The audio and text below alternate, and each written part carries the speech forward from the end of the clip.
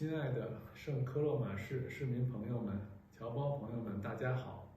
值此中国农历虎年春节来临之际，我谨代表中国驻巴塞罗那总领馆，向你们致以节日的问候和祝福。中国公民是圣科洛马市第一大外国移民群体，在市政府和各界朋友的支持帮助下，已日益融入当地社会。那么，共庆春节活动也成为圣科洛马市最受欢迎的文化活动之一。